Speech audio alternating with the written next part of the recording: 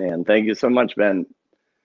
In my small hometown, I was on a little street and I had a second grandmother, if you will. She was in her 80s, and I would go to her house and I would just sit and I would listen to stories, listen how she grew up.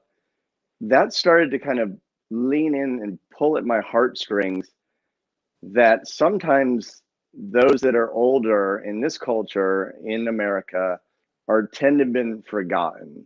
But as I sat at her feet and I would listen, something was stirring in my heart to lean in, not only to hear of stories that had happened in her past, but also to see what was in the present happening with her, her ailments, her things.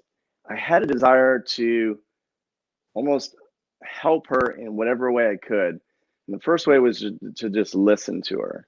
And thankfully, I had a lot of people around me that would see me as a person and not just treat me as like a younger person to talk down to.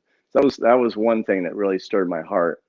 And along the way, the people that I've met have really breathed into me in a real authentic way. And man, that makes so much difference, you know? Isn't that true? Like if you're seen and somebody calls you by name, it's so different than if you're like a name tag with a number on it, right? So that started stirring the pot within me about, and then my mentor and your mentor as well, Ben, and others like you, with Arnaud Bernier, had that same heart to say to us who you are as a human being precedes, or another way to say that is who you are as a chiropractor. So it's like, okay, let's see people for people. And then let's like listen to their story and start to relate to them. Oftentimes professions, sometimes in an act to become more professional, they put up a wall or a divide. In chiropractic, it started as a very real way, as one gentleman, one person. It happened to be a white Canadian person with a black gentleman. I say that because the culture at the time, there was a divide. There was, you don't, this is social classes.